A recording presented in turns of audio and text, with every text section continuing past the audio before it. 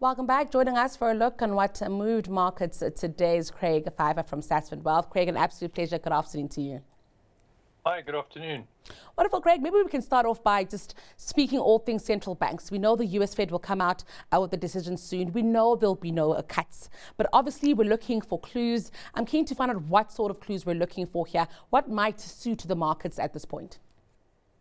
Well, I think we'll have a very tangible clue in the Federal Reserve's summary of economic projections, or as it's called in the market, the dot plot, where all of the FOMC members throw in their views and they plot the sort of expectations from each of those Fed members on where they see interest rates going over the next year, 2 years, 3 years, and even the longer term.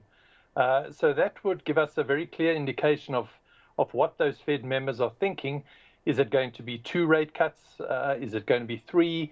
And just what they're thinking is, it doesn't mean that it has to play out exactly like that, because we know if we go back some time, the Fed members were looking for many more rate cuts than we were expecting right now. But it will give us an up-to-date view of, I think at this point, whether they're thinking is it 2 rate cuts or 3 this year. The Bank of England also expected with a decision out tomorrow, also not expecting cuts. That economy is way weaker than what we're seeing in the United States. Might cuts be more urgent for England, Craig, than they might be for the United States? I think they might be. I think the leading pack or the leaders of the pack will probably be the ECB. They've really telegraphed that they're going to move in June and we'll expect a rate cut from them in June. And maybe that opens the doors for the other central banks to kind of follow suit. So I think we'll see the ECB first, maybe simultaneously or a little bit after that, the Bank of England, and then maybe the Fed after that. And I ask with much trepidation, but for us here at home? Oh, well, we didn't get a great CPI number this week. Weaker than expected, heading closer to the top of the target range. I think the expectations are that it will improve in the coming months.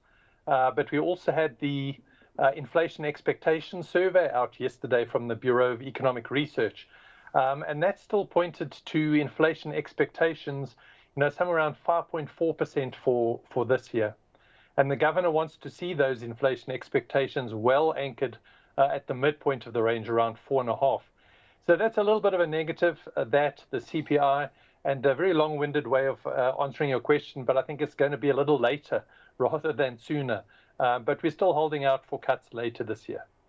Looking at some company news now, Craig, keen to get your thoughts on Tencent. They released some numbers there, 7% increase, I think, in fourth quarter revenue, but they missed targets. And this issue of missing targets always matters quite a bit. And I'm keen to get your thoughts on that, because, of course, when we look to Tencent, we're also trying to see if there's an even Chinese recovery story is somewhere, in those numbers. Yes, I think we're seeing too many weak Chinese stories coming through. I think we saw it in Kering. I think we saw it in the Siemens announcement yesterday. And just quite broadly, those companies that operate or have some operations in China have just been coming through with, with some weak numbers or weak touch points there. But I think the same for Tencent. They did miss, as you said, on the top line. They have got very much an internal focus at the moment, improving their efficiencies. We did see their margins improving, their gross profit margins, all the way down the income statement.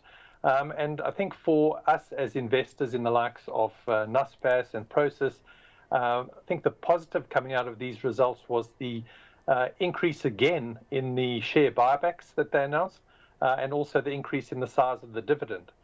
So they are trying to, as much as possible, provide returns to shareholders, although we're not really seeing it in the share price at the moment.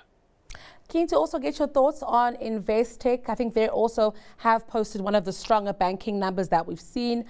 Credit losses are sitting at around 50 to 60 bips. Help us contextualize this, Craig. Is this a performance that markets might meet with a smile? Yes, I think they did. Certainly today, the share was up 3%. It does look to be positive all around. The company itself has been going through a couple of strategic shifts and changes. So some of the comparable numbers are a little bit tricky to potentially interpret. But overall, we have seen, I think if you look at the pre-provision adjusted operating profit, it's something that we look at is sort of upper or mid-single digits, and that's a good number. And I think generally, across the board, a good result. This is just a pre-close briefing for 11 months before they close out at the end of March. But I think the market liked it, and I think certainly heading in the right direction in a tough economic environment. With that said, Craig, I'm keen to get your stock pick for today. Which counter are you loving at this moment? I think Adobe is one of those companies. We all know it from our PDFs and the like that we've been using for many, many years. But they're so much more than that. Photoshop is one of their applications. But again, I think they are well placed. One initially had thought that maybe the AI, the generative AI, might start eating their lunch, and we see many other competitors come and dip into their profits. But I think it is a company that actually will benefit. They clearly know what they have a clear history of knowing what they're doing in the space, and I think it's a nice way also to play that AI theme a little bit differently. And I think a good stalwart for portfolios going forward. Well, Craig, an absolute pleasure speaking to you this afternoon. Thank you so much for unpacking this for us. That was Craig Pheiffer from Sasfin Wealth.